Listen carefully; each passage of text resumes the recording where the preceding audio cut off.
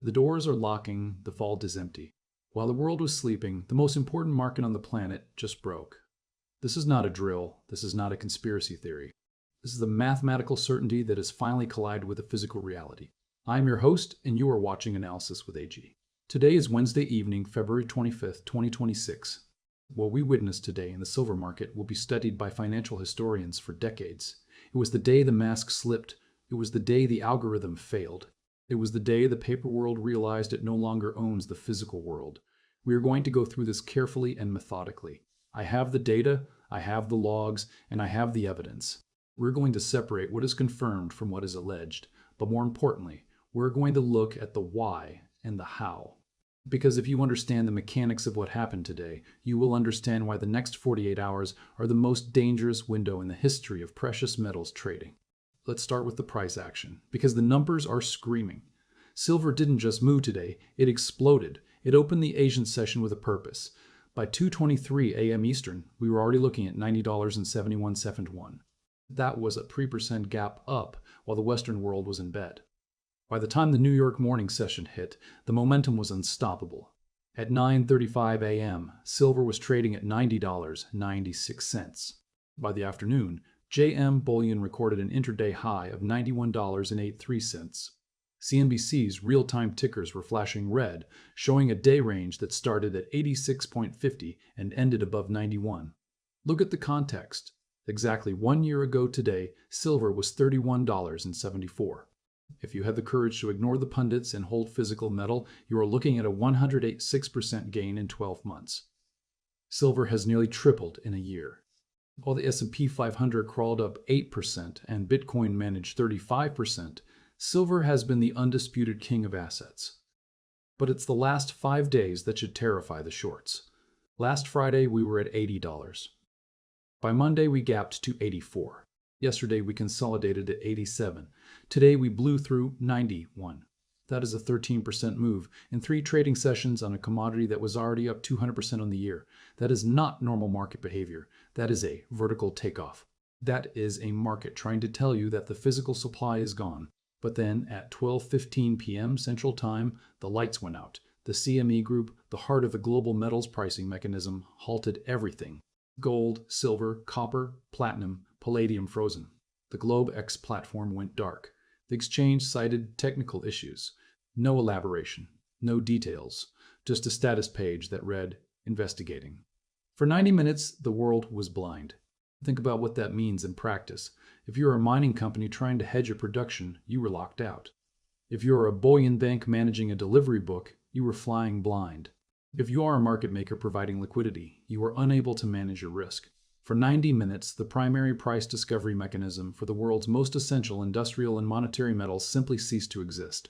The ripple effects hit London, they hit Shanghai, and they hit every refiner on the planet.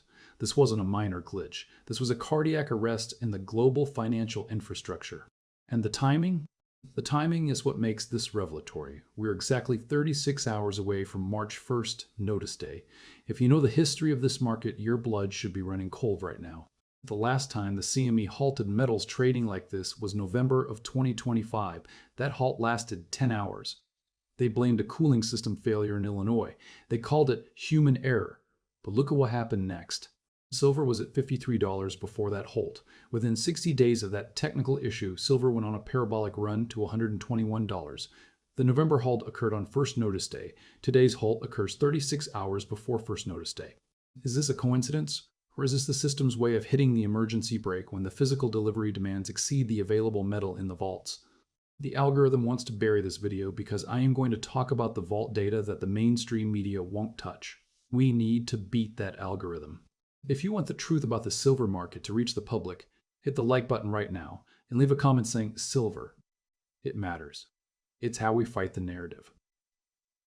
Let's talk about the math of the Great Divorce. This is where the paper claims meet the physical reality. On the Comex, registered silver is the metal that is specifically warranted and available for delivery. It is the only metal that matters when someone says, "I want my silver now." As of today, Comex registered silver stands at approximately 87 million ounces. That sounds like a lot until you look at the open interest for the March contract. There are currently over 22,900 contracts sitting on the board. Each contract represents 5,000 ounces. That is 114.8 million ounces of paper claims. Do the math. 114.8 million ounces of claims against 87 million ounces of deliverable metal. That is a 27.8 million ounces of deliverable metal. That is a 27.8 million ounce gap. The paper claims exceed the physical supply by 32%. This is why the heavy metal stats are currently rating the coverage ratio as streaked. We have seen a staggering decline in inventory. In October, there were 167 million ounces in the vault. Today, there are 87 million. We have lost nearly half of the deliverable silver on the Comex in less than 5 months. Half the vault is gone. Where did it go? It went to the people who no longer trust the paper system. It went to industrial users who are terrified of being cut off. It went to sovereign entities who are quietly stacking. The registered inventory broke the psychologically critical 100 million ounce level on February 11th, and it hasn't looked back. Total deliveries in 2025 doubled compared to 2024. In January of this year alone, we saw 49 million ounces delivered, 7 times the volume of the previous year. The drainage is accelerating, the bathtub is empty, and the faucet is broken. Now, let's bring in the institutional perspective, because this is where the narrative shifts from retail squeeze to systemic failure. Today, Robert Godel posted an analysis that should be required reading for every investor. If you don't know the name, you should. He is the former managing director of precious metals trading at Citibank, HSBC, JP Morgan, and Bear Stearns. He literally wrote the book on how bullion banks operate. He isn't the silver bug. He is a legendary insider.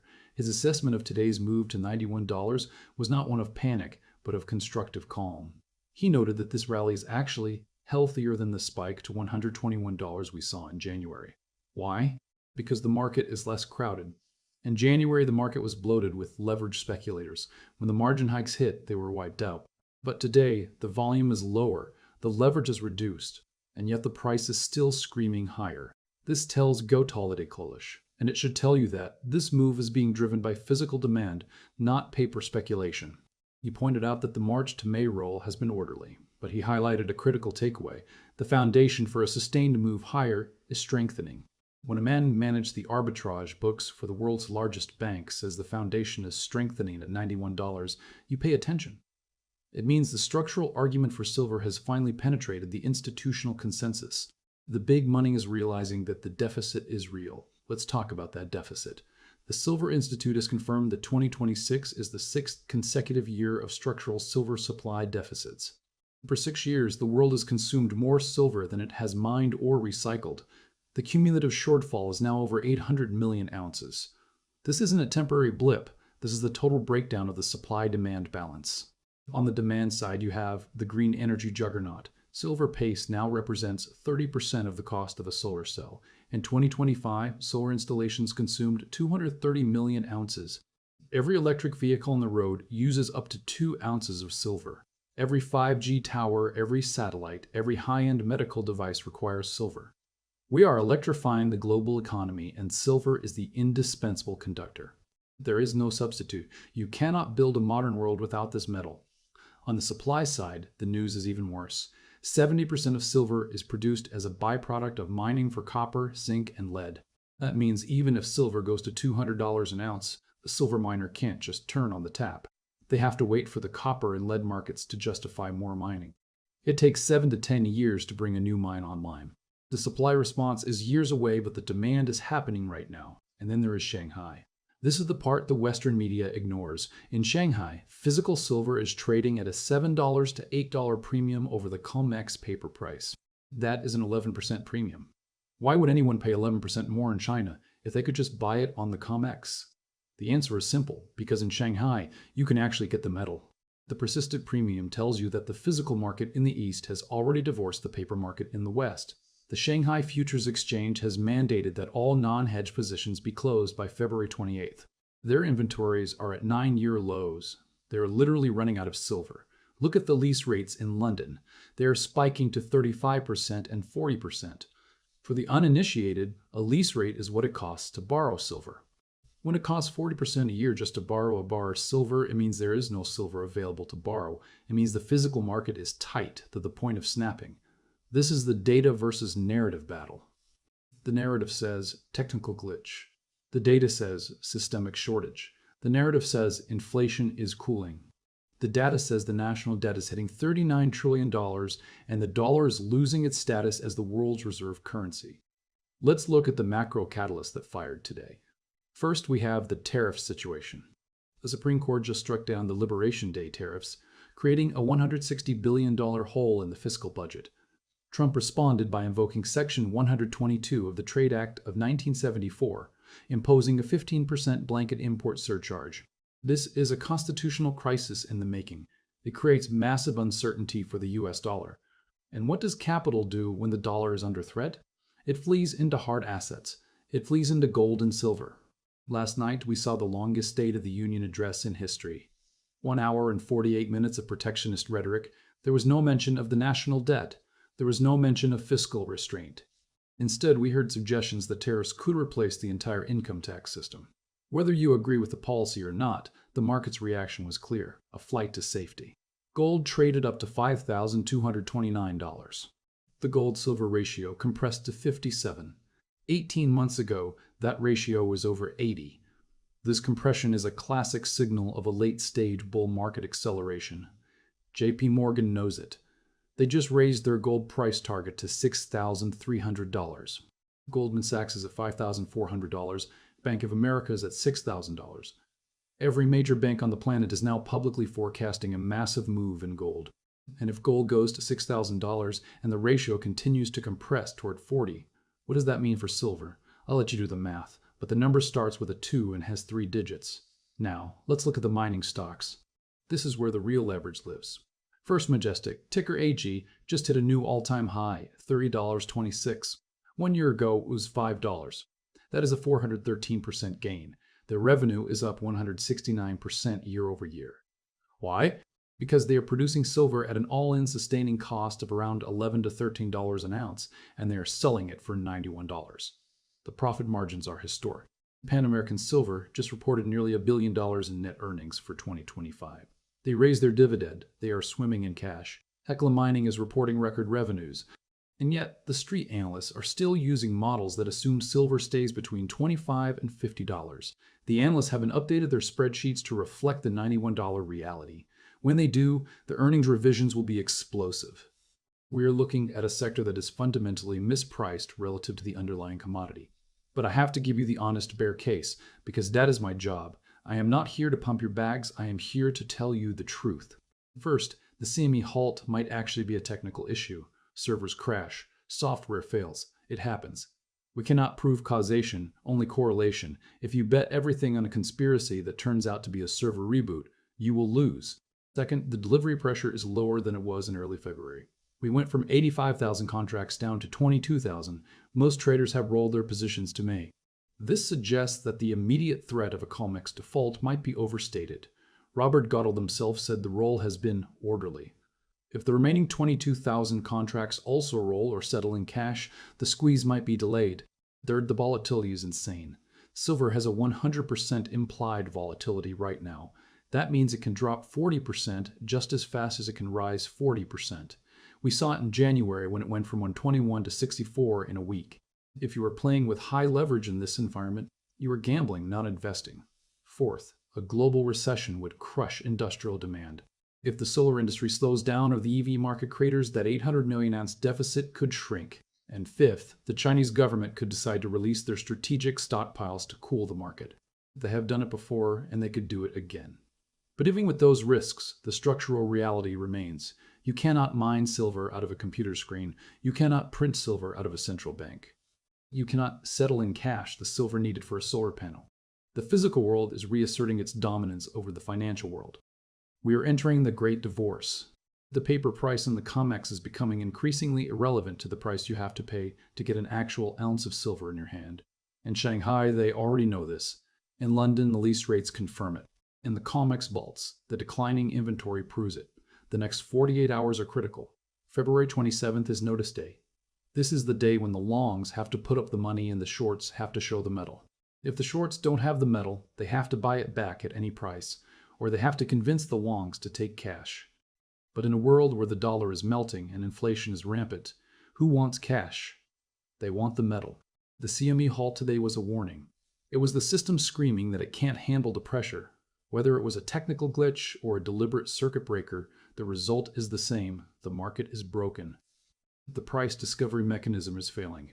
You need to ask yourself why the largest banks in the world are raising their gold targets to $6,000. You need to ask yourself why the silver registered inventory has been cut in half in 5 months. You need to ask yourself why a former JP Morgan managing director is telling you the rally is strengthening at $91. The data is public. The patterns are documented. The math is undeniable. We are watching the end of a 40-year regime of paper price suppression. The algorithm wants you to focus on the daily noise, the glitches, and the distractions. But the truth teller looks at the vaults. The truth teller looks at the lease rates. The truth teller looks at the structural deficit. This is not financial advice. I am not your broker. I am a researcher revealing a broken system. You must verify everything I have said. Go to the CME website. Look at the Comex warehouse reports. Check the Shanghai premiums. Do the work. Because the ones who do the work are the ones who won't be surprised when the music stops. We are 36 hours away from a major convergence. Notice day for the Comex, the deadline for the Shanghai Futures Exchange, the ongoing constitutional battle over tariffs, the Fed's rate decision cycle. It is a perfect storm of macro uncertainty and physical scarcity. Silver is at $91. The vault is at 87 million ounces. The claims are at 114 million ounces. The math doesn't work. And when the math doesn't work, the system breaks. It happened today for 90 minutes. Next time it might be for good. Invest with logic, not hype. Understand the risk, but acknowledge the reality. The era of cheap silver is over. The era of the paper price is ending. The physical reality has arrived. If you found value in this exhaustive breakdown, you know what to do. The algorithm hates this kind of detailed analysis. It wants 60-second clips of nonsense. If you want more 30-minute deep dives into the mathematical truth of our markets, you have to support the channel. Like the video, subscribe, and most importantly, share this with one person who still thinks their paper investments are safe. The next 48 hours will tell us everything we need to know. I will be here, watching the data, tracking the vaults, and reporting the truth. My name is AG, and this has been Analysis with AG. Stay vigilant. The vault is empty. The doors are locking. It has begun.